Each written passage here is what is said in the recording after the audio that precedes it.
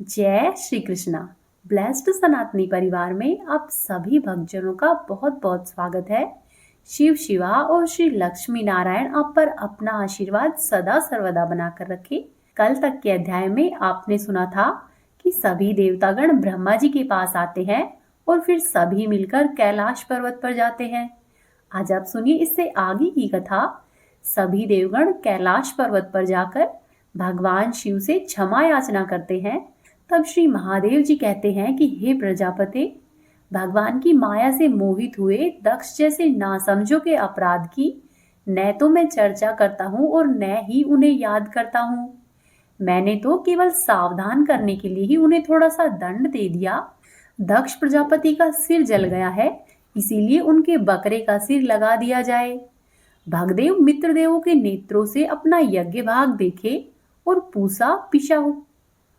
पूसा पिसा हुआ अन्न खाने वाले हैं, वे उसे यजमान के दांतों से भक्षण करें तथा अन्य सब देवताओं के अंग प्रत्यंग भी स्वस्थ हो जाए, क्योंकि उन्होंने यज्ञ से बचे हुए पदार्थों को मेरा भाग निश्चित किया है। अर्धवयु आदि यज्ञ में जिसकी भुजाएं टूट गई है, वे अश्विनी कुमार की भुजाओं से, और जिनके हाथ नष्ट हो गए हैं, वे पूसा के हाथों से काम करें तथा भृंगु जी के बकरे की सी दाढ़ी और मूछे हो जाए। तब श्री मैत्री जी कहते हैं कि हे विदुर जी, भगवान शंकर के इस प्रकार के वचनों को सुनकर सभी लोग उसकी धन्य धन्य करने लगे। फिर सभी देवतागण और सभी ऋषि महादेव जी से दक्ष की यज्ञशाला में पधारने की प्रार्थना करने लगे। तब भगवान शिव जी सभी देवगणों और ब्रह्मा जी को अपने साथ में लेकर दक्ष की यज्ञशाला में गए। वहां पर जैसा जैसा भगवान शंकर ने कहा था, उसी प्रकार सभी कार्य करके उन्होंने दक्ष का धड़ यज्ञ पशु से जोड़ दिया। सिर जुड़ने पर रुद्रदेव की दृष्टि पड़ते ही दक्ष तत्काल ही सोकर उठने के समान जी उठे और अपने सामने भगवान शिव को देखा। दक्ष ने भगवान शंकर का द्रोह किया था, इसीलिए उस द्रोह की कालिमा से कलुषित हृदय भगवान शंकर के दर्शन पाकर सरोवर के समान स्वच्छ हो गया। फिर कुछ ही क्षण में वहां पर भगवान नारायण पहुंचते हैं। सभी देवगण, महर्षि, दक्ष प्रजापति और सभी रानियां भगवान की स्तुति करते हैं। फिर श्री मैत्री जी कहते हैं कि हे विदुर जी, भगवान के इस प्रकार से आज्ञा देने पर प्रजापतियों के नायक दक्ष ने उनका त्रिकपाल यज्ञ के द्वारा पूजन किया। फिर अंगभूत और प्रधान दोनों प्रकार के यज्ञों से अन्य सभी देवताओं का अर्चन किया। फिर एकाग्रचित होकर भगवान शंकर का यज्ञशेष रूप भाग उनको अर्पित किया। फिर सभी देवगण उन दक्ष प्रजापति को तुम्हारी सदा ही धर्म में बुद्धि रहे ऐसा आशीर्वाद देकर स्वर्ग लोक की ओर चले गए। तब विदुर जी ने बोले। फिर आगे श्री मैत्री जी कहते हैं कि हे विदुर जी, सुना है दक्षसुता सती ने इस प्रकार अपना शरीर त्याग कर फिर हिमालय की पत्नी मैना के गर्भ से जन्म लिया। जिस प्रकार प्रलय काल में लीन हुई शक्ति सृष्टि के आरंभ में फिर से ईश्वर का ही आश्रय लेती है, उसी प्रकार अनन्य पारायण होकर श्री अंबिका ने उसी जन्म में भी अपने एकमात्र आश्रय और अपने प्रियतम भगवान शंकर का ही वरण किया। हे विदुर जी, दक्ष यज्ञ का विध्वंस करने वाले भगवान शिव का यह चरित्र मैंने बृहस्पति जी के शिष्य परम भागवत उद्धव जी के मुख से सुना था। हे गुरुनंदन, श्री महादेव जी का यह पावन चरित्र यश और आयु को बढ़ाने वाला तथा पाप पुंज को नष्ट करने वाला है। जो भी मनुष्य भक्ति भाव से इसका नित्य प्रति श्रवण और कीर्तन करता है, वह अपनी पाप राशि को नष्ट करता है। प्रिय भक्तों, इसके बाद श्री मैत्री जी कहते हैं कि हे विदुर जी, सनकादि, नारद, ऋभु, हंस, अरुणी और यति ब्रह्मा जी के इन नेष्टि ब्रह्मचारी पुत्रों ने गृहस्थाश्रम में प्रवेश नहीं किया, इसीलिए उनके कोई संतान भी नहीं हुई। अधर्म भी ब्रह्मा जी का ही पुत्र था। अधर्म की पत्नी का नाम था मृषा और उसके दंभ नामक पुत्र और माया नाम की कन्या हुई। उन दोनों को ही निरृति ले गया, क्योंकि निरृति की कोई संतान नहीं थी। दंभ और माया से लोभ और शठता का जन्म हुआ। उनसे क्रोध और हिंसा और उनसे कलह तथा उसी की बहन गाली उत्पन्न हुए। हे विदुर जी, फिर दुरुक्ति से कली ने और भय व मृत्यु को उत्पन्न किया तथा उन दोनों के संयोग से यातना और नरक का जोड़ा उत्पन्न हुआ। हे निष्पाप विदुर जी, इस प्रकार से मैंने संक्षेप में ही तुम्हें प्रलय का कारण रूपी यह अधर्म का वंश सुनाया है। अधर्म भी ब्रह्मा जी के ही पुत्र थे। यह अधर्म का त्याग कराकर पुण्य संपादन का कारण बनता है। इसीलिए इसका वर्णन 3 बार सुनकर मनुष्य अपने मन की मलिनता को दूर कर देता है। हे कुरुनंदन, अब मैं श्रीहरि के अंश और ब्रह्मा जी के अंश से उत्पन्न हुए पवित्र कीर्ति महाराजा शंभु मनु के पुत्रों के वंश का वर्णन करता हूँ। महारानी शत्रुपा और उनके पति शंभु मनु से प्रियव्रत और उत्तानपाद ये दोनों पुत्र हुए। भगवान वासुदेव की कला से उत्पन्न होने के कारण ये दोनों संसार की रक्षा में तत्पर रहते थे। उत्तानपाद के सुनीति और सुरुचि नाम की 2 रानियां थी। उनमें से सुरुचि राजा को अत्यधिक प्रिय थी और सुनीति, जिसके की पुत्र का नाम ध्रुव था, वो राजा को प्रिय नहीं थी। एक दिन की बात है, राजा उत्तानपाद सुरुचि के पुत्र उत्तम को अपनी गोद में बिठाकर स्नेह कर रहा था। उसी समय ध्रुव ने भी गोद में बैठना चाहा, परंतु राजा ने उसका स्वागत नहीं किया। उस समय घमंड से भरी हुई सुरुचि ने अपनी सोतन के पुत्र ध्रुव को महाराज की गोद में आने का प्रयत्न करते देखकर उनके सामने ही उससे डहा भरे शब्दों में कहा। वह बोली कि अरे बच्चे, तू राज सिंहासन पर बैठने का अधिकारी नहीं है। तू भी राजा का ही बेटा है तो क्या हुआ, क्योंकि मैंने तुझे अपनी कोख में धारण नहीं किया और तू तो अभी नादान है। तुझे पता नहीं है कि तूने किसी दूसरी स्त्री के गर्भ से जन्म लिया है और तू तो अभी नादान है। तुझे पता नहीं है कि तूने किसी दूसरी स्त्री के गर्भ से जन्म लिया है, तभी तो ऐसे दुर्लभ विषय की इच्छा कर रहा है। यदि तुझे राज सिंहासन की इच्छा है तो तपस्या करके परम पुरुष श्री नारायण की आराधना कर और उनकी कृपा से मेरे गर्भ से आकर जन्म ले। फिर श्री मैत्रेय जी कहते हैं कि हे विदुर जी, जिस प्रकार डंडे की चोट खाकर सांप फुंकार मारने लगता है, उसी प्रकार से अपनी सौतेली माँ के कठोर वचनों से घायल होकर ध्रुव भी क्रोध के मारे लंबी लंबी सांसें लेने लगा। उसके पिता चुपचाप ये सब देखते रहे, मुंह से एक शब्द भी नहीं बोले। तब पिता को छोड़कर ध्रुव रोता हुआ अपनी माता के पास आया। उसके दोनों होंठ फड़क रहे थे, वह सिसक सिसक कर रो रहा था। सुनीति ने बेटे को गोद में उठा लिया और जब महल के दूसरे लोगों से अपनी सोच सुरुचि की कही हुई बातें सुनी, तब उसे भी बड़ा दुख हुआ। उसका धीरज टूट गया। वह दावानल से जली हुई बेल के समान शोक से संतप्त होकर मुरझा गई और विलाप करने लगी। सोतन की बातें याद आने से उसके कमल सरीखे नेत्रों में आंसू भर आए। उस बेचारी को अपने दुख पारावार का कहीं भी अंत ही नहीं दिखाई दिया। उसने गहरी सांस लेकर ध्रुव से कहा कि बेटा, तू दूसरों के लिए किसी प्रकार के अमंगल की कामना मत कर। जो मनुष्य दूसरों को दुख देता है, उसे स्वयं ही उसका फल भोगना पड़ता है। सुरुचि ने जो कुछ भी कहा है वह ठीक है, क्योंकि महाराज तो मुझे पत्नी तो क्या, दासी भी स्वीकार करने में लज्जा करते हैं। तूने मुझ जैसी मंदभागिनी के गर्भ से ही जन्म लिया है और मेरे ही दूध से तू पला बढ़ा है। बेटा, सुरुचि ने तेरी सौतेली मां होने पर भी बिल्कुल ठीक बात कही है। अतः यदि राजकुमार उत्तम के समान राज सिंहासन पर बैठना चाहता है तो द्वेष भाव छोड़कर उसी का पालन कर। बस ऐसा कर कि अब तू भगवान श्री नारायण के चरण कमलों की आराधना करने लग जा।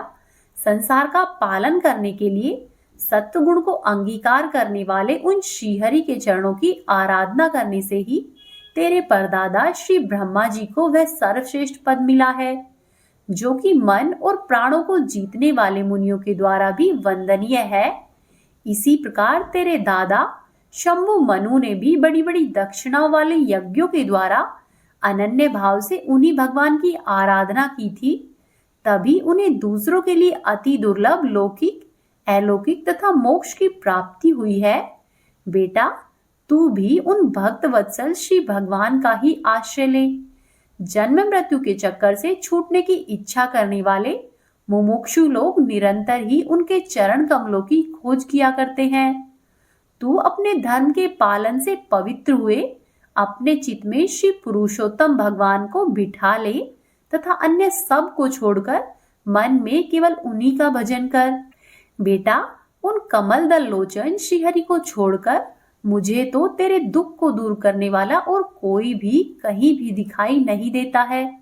देख, जिन्हें प्रसन्न करने के लिए ब्रह्मा आदि सभी देवतागण ढूंढते रहते हैं, साथ ही साथ श्री लक्ष्मी जी भी दीपक की भांति अपने हाथ में कमल लेकर निरंतर ही उन्हीं श्रीहरि की खोज किया करती है। प्रिय भक्तों, माता सुनीति ने जो वचन कहे वे अभिष्ट वस्तु की प्राप्ति का मार्ग दिलाने वाले थे। अतः उन्हें सुनकर ध्रुव ने बुद्धि के द्वारा अपने चित्त का समाधान किया। इसके बाद वे अपने घर को छोड़कर और नगर को छोड़कर निकल पड़े। यह सब समाचार सुनकर और ध्रुव क्या करना चाहता है, इस बात को जानकर नारद मुनि वहां पर आए। उन्होंने ध्रुव के सर पर अपना पाप नाशक हाथ फेरते हुए मन ही मन विस्मित होकर कहा। नारद जी सोचने लगे कि ओह, क्षत्रियों का कितना अद्भुत तेज है, वे थोड़ा सा भी मान भंग सहन नहीं कर सकते। देखो, अभी तो यह नन्हा सा ही बच्चा है, तो भी इसके हृदय में अपनी सौतेली माता के कटु वचन इतना अधिक घर कर गए हैं। उसके बाद नारद जी ने ध्रुव से कहा कि बेटा, अभी तो तू बच्चा है, खेल कूद में ही मस्त रहता है। हम नहीं समझते कि इस उम्र में किसी बात से तेरा सम्मान या फिर अपमान हो सकता है। यदि तुझे मान और अपमान का विचार ही हो तो बेटा, असल में मनुष्य के असंतोष का कारण मोह के सिवा और कुछ भी नहीं है। संसार में मनुष्य अपने कर्म के अनुसार ही मान, अपमान या फिर सुख और दुख को प्राप्त होता है। बेटा, भगवान की गति बड़ी ही विचित्र है, इसीलिए उस पर विचार करके बुद्धिमान पुरुषों को चाहिए कि देववश उसे जैसी भी परिस्थिति का सामना करना पड़े उसी में संतुष्ट रहे। अब माता के उपदेश से तू योग साधन द्वारा जिन भगवान की कृपा प्राप्त करने चला है, मेरे विचार से तो साधारण पुरुषों के लिए उन्हें प्राप्त करना बहुत ही कठिन है। योगी लोग अनेक जन्मों तक अनासक्त रहकर समाधि योग के द्वारा बड़ी बड़ी कठोर साधनाएं करते रहते हैं, परंतु उन्हें भगवान का मार्ग पता नहीं चलता। इसीलिए तू ऐसा कर, यह व्यर्थ का हट छोड़ दे और अपने घर पर लौट जा। बड़ा होने पर जब परमार्थ साधन का समय आवे तब उसके लिए प्रयत्न कर लेना। विधाता के विधान के अनुसार सुख दुख जो कुछ भी प्राप्त होता है उसी में चित्त को संतुष्ट रखना चाहिए। ऐसा करने वाला पुरुष मोहमाया संसार से पार हो जाता है। बेटा, प्रत्येक मनुष्य को चाहिए कि अपने से अधिक गुणवान को देखकर प्रसन्न हो और जो कम गुण वाला हो उस पर दया करे। साथ ही जो अपने समान गुण वाला हो उससे मित्रता का भाव रखे। ऐसा करने से उसे दुख कभी भी नहीं दबा सकते। इतना सुनकर ध्रुव ने कहा कि हे भगवान, सुख दुख से जिसका चित्त चंचल हो जाता है उन लोगों के लिए आपने कृपा करके शांति का यह बहुत अच्छा उपाय बताया है, परंतु मुझ जैसे अज्ञानियों की दृष्टि यहाँ तक नहीं पहुंच पाती है। हे भगवान, इसके सिवा मुझे घोर क्षत्रिय स्वभाव प्राप्त हुआ है, अतएव मुझ में विनय का प्राय अभाव है। सुरुचि ने अपने कटु वचनों से बाण रूपी मेरे हृदय को बींध डाला है, इसीलिए उसमें आपके यह उपदेश ठहर ही नहीं पाते। हे ब्राह्मण, मैं उस पद पर अधिकार करना चाहता हूँ जो कि त्रिलोकी में सबसे श्रेष्ठ है तथा जिस पर मेरे बाप दादे और दूसरा कोई भी आरूढ़ नहीं हो सका है। आप मुझे उसकी प्राप्ति का कोई अच्छा सा मार्ग बताइए।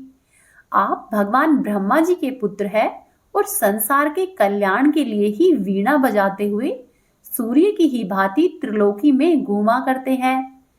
प्रिय भक्तगणों, ध्रुव की ये बात सुनकर भगवान नारद जी बड़े प्रसन्न हुए और उस पर कृपा करके इस प्रकार से उपदेश देने लगे। श्री नारद जी ने कहा कि बेटा, तेरी माता सुनीति ने तुझे जो कुछ बताया है वही तेरे लिए परम कल्याण का मार्ग है। भगवान वासुदेव ही वह उपाय है, इसीलिए तू चित लगाकर उन्हीं का भजन कर। जिस पुरुष को अपने लिए धर्म, अर्थ, काम और मोक्ष रूपी पुरुषार्थ की अभिलाषा हो, उसके लिए उनकी प्राप्ति का उपाय एकमात्र श्रीहरि के चरणों का ही सेवन है। बेटा, तेरा कल्याण होगा। अब तू ऐसा कर, श्री यमुना जी के तटवर्ती और परम पवित्र मधुवन को चला जा। वहां पर श्रीहरि का नित्य निवास है। वहां पर श्री कालिंदी के निर्मल जल में तीनों समय स्नान करके नित्य क्रम से निवृत्त होना और यथाविधि आसन बिछाकर स्थिर भाव से बैठ जाना।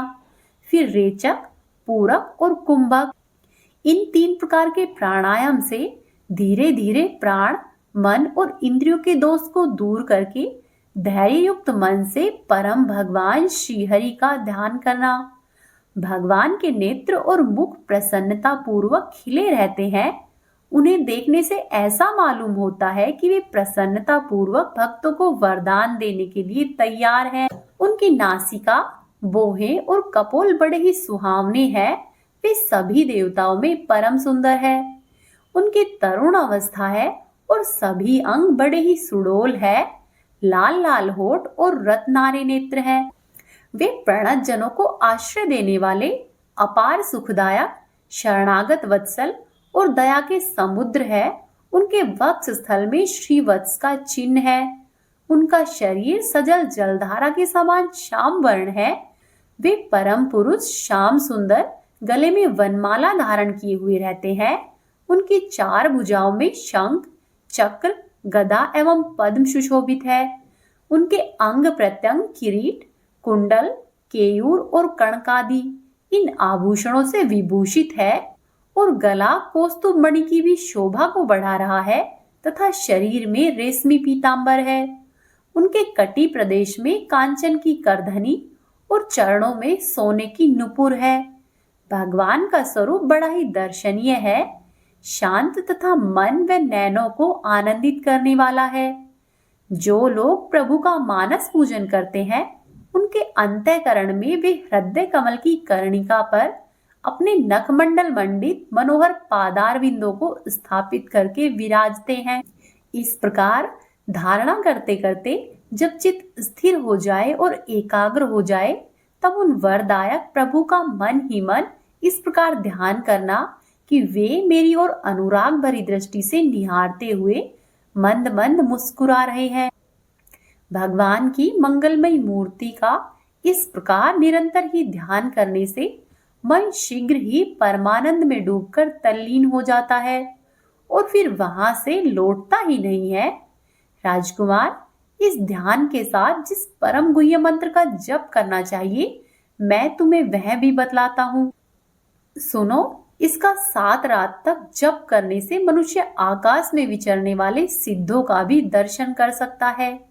वह मंत्र है ओम नमो भगवते वासुदेवाय। किस देश और किस काल में कौन सी वस्तु उपयोगी है, इसका विचार करके बुद्धिमान पुरुष को इस मंत्र के द्वारा तरह तरह की सामग्रियों से भगवान की द्रव्यमयी पूजा करनी चाहिए। बेटा, इस प्रकार जब हृदय स्थित श्री हरि का मन, वाणी और शरीर से भक्तिपूर्वक पूजन किया जाता है, तब वे निश्चल भाव से भली भांति भजन करने वाले अपने भक्तों के भाव को बढ़ा देते हैं और उन्हीं की इच्छा के अनुसार धर्म, अर्थ, काम अथवा मोक्ष रूपी कल्याण प्रदान करते हैं।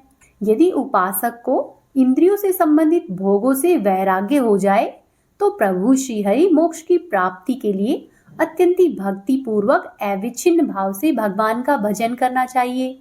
और यदि उपासक को इंद्रियों से संबंधित भोगों से वैराग्य हो गया हो, तो वह मोक्ष प्राप्ति के लिए भगवान का अविच्छिन्न भाव से भजन करे।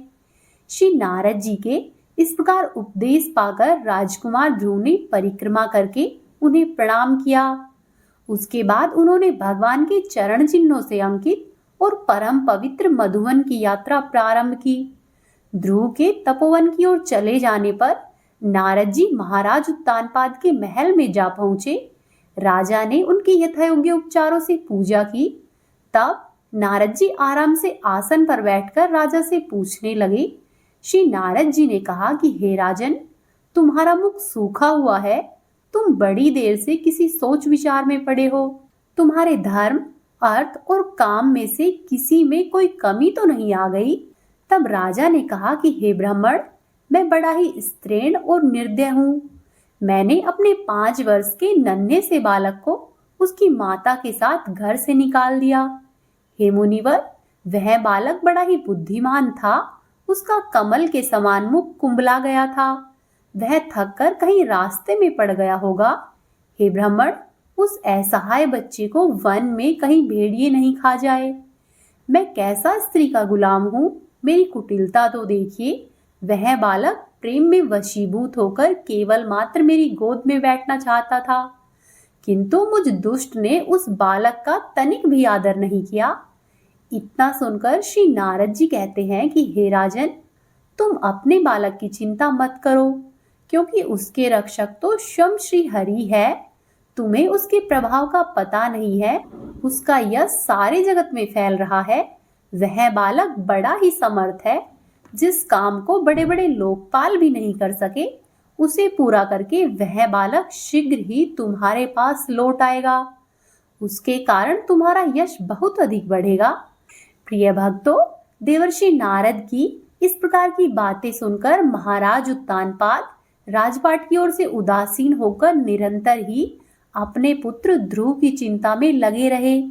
इधर ध्रुव जी ने मधुवन में पहुंचकर यमुना जी में स्नान किया और उस रात पवित्रता पूर्वक उपवास करके श्री नारद जी के उपदेश के अनुसार एकाग्रचित से परम पुरुष श्री नारायण की उपासना आरंभ कर दी।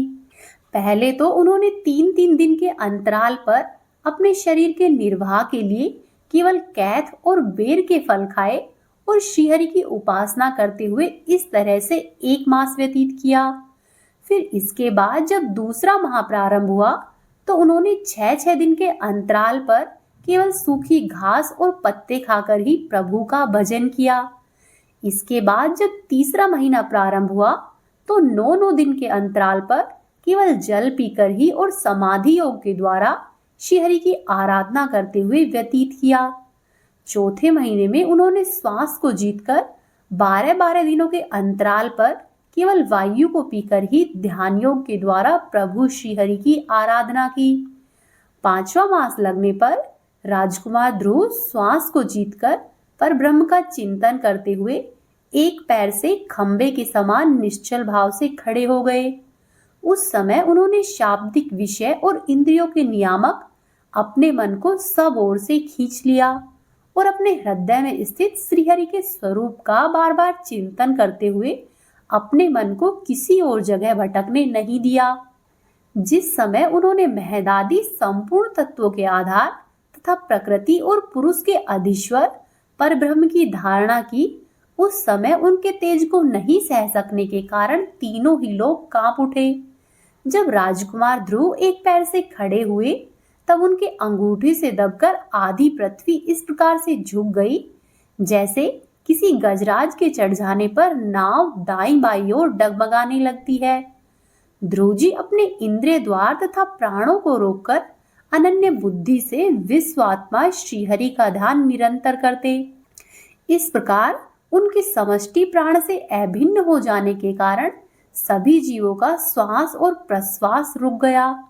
इससे समस्त लोकों और लोकपालों को बड़ी भारी पीड़ा हुई और वे सब के सब घबराकर प्रभु श्रीहरि की शरण में गए। देवताओं ने कहा कि हे भगवान, समस्त स्थावर जंगम जीवों के शरीरों का प्राण एक साथ ही रुक गया है। हमने तो पहले कभी भी ऐसा अनुभव नहीं किया है। आप हम शरणागतों की रक्षा करने वाले हो। अपनी शरण में आए हुए हम लोगों को इस दुख से छुड़ाइए। तब श्रीहरि विष्णु ने कहा कि हे देवताओं, तुम सभी डरो मत। उत्तानपाद के पुत्र ध्रुव ने अपने मन को मुझ विश्व आत्मा में विलीन कर लिया है और इस समय मेरे साथ उसकी अभेद्य धारणा सिद्ध हो गई है। इसी से उसके प्राण निरोध से तुम सभी के प्राण भी रुक गए हैं। अब तुम सब अपने अपने लोक को जाओ, मैं उस बालक को इस दुष्कर तप से निवृत्त कर दूंगा। प्रिय भक्तगणों, भगवान के इस प्रकार आश्वासन देने से देवताओं का भय जाता रहा और वे श्रीहरि को प्रणाम करके अपने अपने लोक को चले गए। उसके बाद विराट स्वरूप भगवान गरुड़ जी पर सवार होकर अपने भक्त को देखने के लिए मधुवन में आए। उस समय ध्रुव जी तीव्र योगाभ्यास से एकाग्र हुई अपनी बुद्धि के द्वारा भगवान की बिजली के समान दैदीप्यमान जिस मूर्ति का अपने हृदय में ध्यान कर रहे थे, वह सहसा ही विलीन हो गई। ध्रुव जी इससे घबरा गए और जैसे ही उन्होंने अपने नेत्र खोले कि भगवान के उसी रूप को उन्होंने अपने सामने बाहर खड़ा देखा। प्रभु का दर्शन पाकर बालक ध्रुव को बड़ा ही कौतूहल हुआ। वे प्रेम में अधीर हो गए। उन्होंने पृथ्वी पर दंड के समान लौटकर प्रभु को प्रणाम किया। फिर वे इस प्रकार प्रेम भरी दृष्टि से प्रभु की ओर देखने लगे कि मानो नेत्रों से ही उन्हें पी जाएंगे और भुजाओं में कस लेंगे। वे हाथ जोड़े प्रभु के सामने खड़े थे और उनकी स्तुति करना चाहते थे, परंतु किस प्रकार से करें ये जानते ही नहीं थे। तब सर्वात्मा श्रीहरि उसके मन की बात को जान गए। श्रीहरि ने कृपा पूर्वक अपने वेदमय शंख को ध्रुव जी के गालों से छुआ दिया। ध्रुव जी भविष्य में अविचल पद पाने वाले थे। इस समय शंख का स्पर्श होते ही उन्हें वेदमयी और दिव्यवाणी प्राप्त हो गई और जीव तथा ब्रह्म के स्वरूप का भी निश्चय हो गया। वे अत्यंत ही भक्ति भाव से धैर्य पूर्वक विश्वविख्यात कीर्तिमान श्रीहरि की स्तुति करने लगे। ध्रुव जी ने कहा कि हे प्रभु, आप सर्वशक्तिमान हो तथा हाथ, पैर, कान और त्वचा आदि इंद्रिया प्राणों को भी चेतना देते हैं। मैं आप अंतर्यामी भगवान को प्रणाम करता हूँ। इस महदादि संपूर्ण प्रपंच को रचकर अंतर्यामी रूप से उसमें प्रवेश कर जाते हैं। हे नाथ, आपके चरण कमलों का ध्यान करने से और आपके भक्तों के पवित्र चरित्र को सुनने से प्राणियों को जो आनंद मिलता है वह निज आनंद स्वरूपी ब्रह्मा में भी नहीं मिल सकता। फिर जिन्हें काल की तलवार काट डालती है, उन स्वर्गीय विमानों से गिरने वाले पुरुषों को तो वह सुख मिल ही कैसे सकता है। हे परमात्मन, मुझे तो आप उन विशुद्ध हृदय महात्मा भक्तों का संग दीजिए जिनका आप में अविच्छिन्न भक्ति भाव है। उनके साथ से मैं आपके गुणों और लीलाओं की कथाओं का अमृत पान करके उन्मत्त हो जाऊंगा और सहज ही इस अनेक प्रकार के दुखों से पूर्ण संसार के सागर से पार हो जाऊंगा। हे प्रभु, जिनका चित्त आपके चरण कमलों में लुभाया हुआ है, उन महानुभवों का जो लोग संग करते हैं, वे अपने इस अत्यंत ही प्रिय शरीर और इसके संबंधी पुत्र, मित्र, गृह और स्त्री आदि की सुधि भी नहीं लेते। हे प्रभु, आप अपनी अखंड और चिन्मय दृष्टि से बुद्धि की सभी अवस्थाओं की साक्षी है तथा नित्य मुक्त और शुद्ध तत्व में सर्वज्ञ परमात्मन स्वरूप निर्विकार आदि पुरुष एवं तीनों गुणों के अधीश्वर है। आप जीव से सर्वथा भिन्न है। इस संसार की स्थिति के लिए यज्ञ अधिष्ठाता विष्णु रूप से विराजमान है। आपसे ही विद्या अविद्या आदि विरुद्ध गतियों वाले अनेक शक्तियां धारा रूपी निरंतर प्रकट होती है। आप जगत के कारण, अनादि, अनंत और निर्विकार ब्रह्म स्वरूप है। मैं आपकी शरण में हूँ। हे भगवान, आप परमानंद मूर्ति है। जो लोग ऐसा समझकर और निष्काम भाव से आपका भजन करते हैं, उनके लिए राज्य आदि भोगों की अपेक्षा आपके चरण कमलों की प्राप्ति ही सच्चा फल है। प्रिय भक्तों, आगे श्री मैत्रेय जी कहते हैं कि हे विदुर जी, जब शुभ संकल्प वाले ध्रुव ने इस प्रकार स्तुति की, तब भक्त वत्सल भगवान उनकी प्रसन्नता करते हुए कहने लगे। श्री भगवान ने कहा कि उत्तम व्रत का पालन करने वाले हे राजकुमार, मैं तेरे हृदय का संकल्प जानता हूँ। यद्यपि उस पद का प्राप्त होना बहुत कठिन है, तो भी मैं तुझे वह देता हूँ। तेरा कल्याण हो। हे पुत्र, जिस तेजोमय और अविनाशी लोक को आज तक किसी ने प्राप्त नहीं किया है, जिसके चारों ओर ग्रह, नक्षत्र और तारागण रूपी ज्योति चक्र उसी प्रकार से चक्कर काटते हैं जिस प्रकार से मेंढी के चारों ओर दवरी के बैल घूमते हैं। अवान्तर कल्प पर्यंत रहने वाले अन्य लोगों का नाश हो जाने पर भी जो स्थित रहता है, जैसे तारागण के सहित धर्म, अग्नि, कश्यप और शुक्र, साथी आदि नक्षत्र एवं सप्त ऋषिगण जिसकी प्रदक्षिणा करते हैं, वह ध्रुव लोक मैं तुझे प्रदान करता हूँ। और यहाँ भी जब तेरे पिता तुझे राज सिंहासन देकर वन को चले जाएंगे, तब तू 36,000 वर्षों तक धर्म पूर्वक पृथ्वी का पालन करेगा। तेरी इंद्रियों की शक्ति ज्यों की त्यों बनी रहेगी। आगे चलकर किसी समय तेरा भाई उत्तम शिकार खेलता हुआ मारा जाएगा। तब उसकी माता सुरुचि अपने पुत्र के प्रेम में पागल होकर उसे वन में खोजती हुई दावानल में प्रवेश कर जाएगी। यज्ञ मेरी प्रिय मूर्ति है, तू अनेकों बड़ी बड़ी दक्षिणाओं वाले यज्ञों के द्वारा मेरा यजन करेगा और यहाँ पर उत्तम उत्तम भोग भोग कर अंत में मेरा ही स्मरण करेगा। इससे तू अंत में संपूर्ण लोकों के वंदनीय और सप्तऋषियों से भी ऊपर मेरे निज धाम को आएगा, जहां पहुंच जाने पर फिर से इस संसार सागर में लौटकर नहीं आना, तुझे वह पद मिलेगा। प्रिय भक्तों, बालक ध्रुव से इस प्रकार पूजित होकर और उसे अपना पद प्रदान करके भगवान श्री गरुड़ध्वज उसके देखते ही देखते अपने लोक को चले गए। प्रभु की चरण सेवा से संकल्पित वस्तु प्राप्त हो जाने के कारण यद्यपि ध्रुव जी का संकल्प तो पूरा हो गया, परंतु उनके मन को विशेष प्रसन्नता नहीं मिली। फिर वे अपने नगर को वापस लौट गए।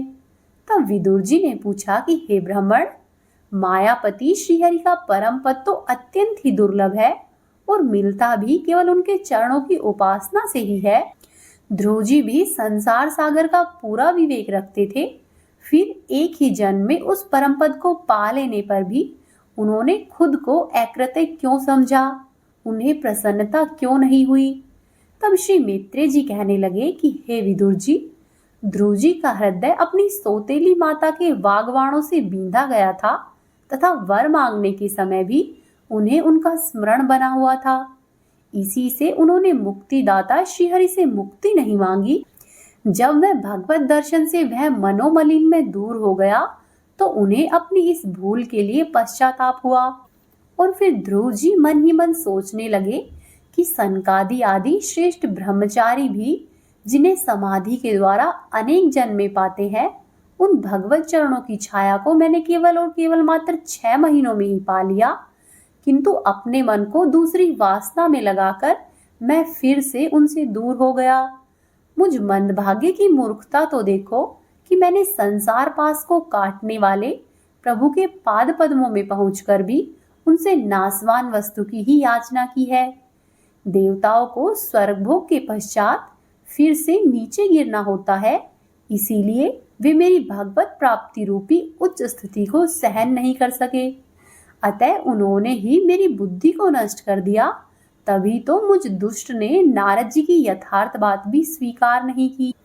यद्यपि संसार में आत्मा के सिवा दूसरा कोई नहीं है, तथापि सोया हुआ मनुष्य जैसे स्वप्न में ही कल्पना करके व्याघ्र आदि से डरता है, उसी प्रकार मैंने भी भगवान की माया से मोहित होकर अपने ही भाई को शत्रु मान लिया और व्यर्थ ही द्वेष के कारण मेरा हृदय जलने लगा। जिन्हें प्रसन्न करना अत्यंत ही कठिन है, उन्हीं विश्वात्मा श्रीहरि को तपस्या के द्वारा प्रसन्न करके मैंने जो वरदान मांगा है वह सब व्यर्थ है। ठीक उसी तरह जैसे गतायु पुरुष के लिए चिकित्सा व्यर्थ होती है, क्योंकि उसके चले जाने के बाद क्या ही चिकित्सा करनी।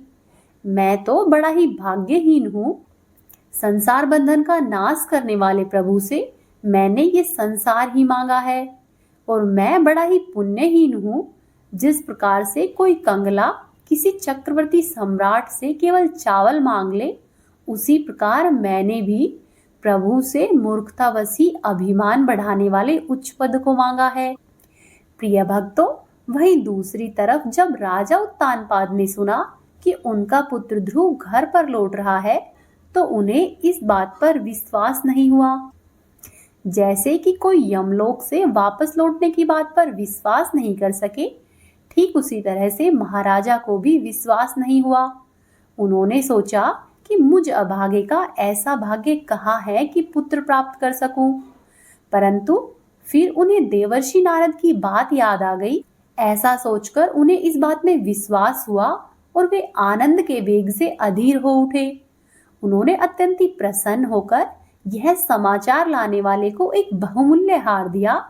राजा उत्तानपाद ने पुत्र का मुख देखने के लिए उत्सुक होकर बहुत से ब्राह्मण, कुल के बड़े बूढ़े, मंत्री और बंधुजन को साथ में लिया और एक बढ़िया घोड़े वाले स्वर्ण जड़ित रथ पर सवार होकर झटपट ही नगर से बाहर आ गए। उनके आगे आगे वेद ध्वनि होती जाती थी तथा शंख, दुंदुभी और वंशी आदि अनेक बाजे बजते थे। उनकी दोनों रानियां सुनीति और सुरुचि भी स्वर्णमयी आभूषणों से विभूषित होकर राजकुमार उत्तम के साथ पालकियों पर चढ़कर चल रही थी। ध्रुव जी उपवन के पास आ पहुंचे।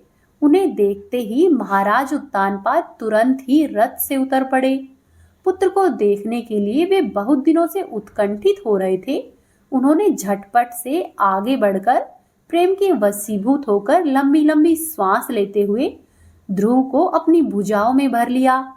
और अब ये पहले वाले ध्रुव नहीं थे। प्रभु के परम पुनीत पाद पद्मों का स्पर्श होने से इनके समस्त प्रकार के पाप और बंधन कट गए थे।